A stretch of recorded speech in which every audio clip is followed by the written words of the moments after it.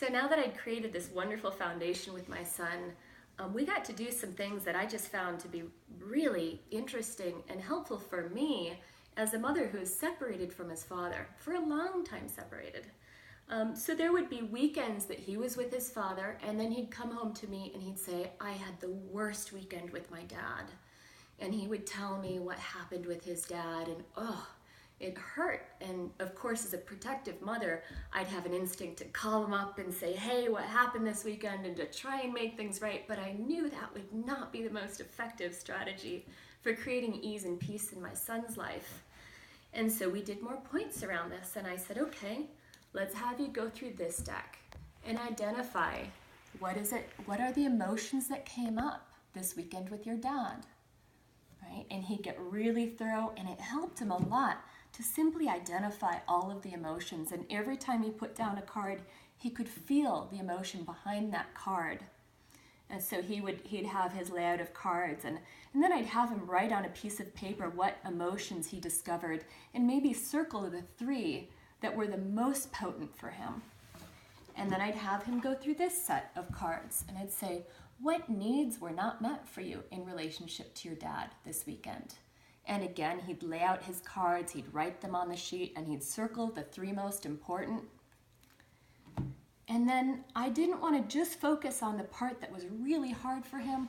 I wanted to help him remember that there are times when things are really good with his dad. Remember what he can be grateful for. And so, after doing what I would call the part of the cup that's half empty, we go to the part of the cup that's half full. And so I'd say, when things are good with your dad, what emotions arise? And so he identified the emotions that are usually there when things are good. And again, he wrote it down and he circled the top 3.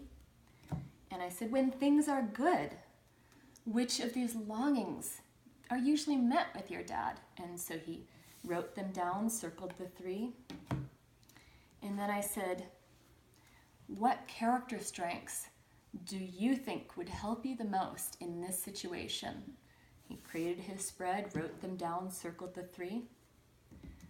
But we didn't stop there. We keep going. And this is where it gets really powerful. I said, what do you think your dad was feeling this weekend? And just like he'd done for me, he identified the emotions he thought his dad was going through, wrote them down, circled what he thought might be the most potent. What needs do you think your dad was trying to fulfill when he was behaving the way he behaved? Right? Creates the spread of cards, writes them down, circles 3. Even though you're upset with your dad right now, which of these character strengths can you appreciate in him because they really show up strong in your dad? Right? And so now we're looking to appreciate and acknowledge his dad for whatever it was. Maybe his dad's trustworthy. Maybe his dad's devoted. I know his dad's devoted. I don't know that that's what my son would have chosen in that moment, right?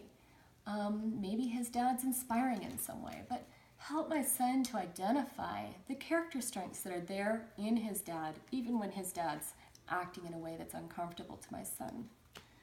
Wrote them down, circled 3. So now he's got a page with all of these different questions and answers. And I said, that's great. Now, the next thing you can do is write a letter to your dad and write it in this order. And so I would give him, dear dad, I want to appreciate you for all of this. When this happened over the weekend, this is how I felt. These are the needs that were not met. These are the character strengths I'm going to bring to it. And I want things to be better between us, right? And that was the gist of the letter, but he would write 2 to 3 pages based on what he'd learned in these card processes. And then, sometimes he would give them to his father, and sometimes he chose to just have that as his own process and not share that.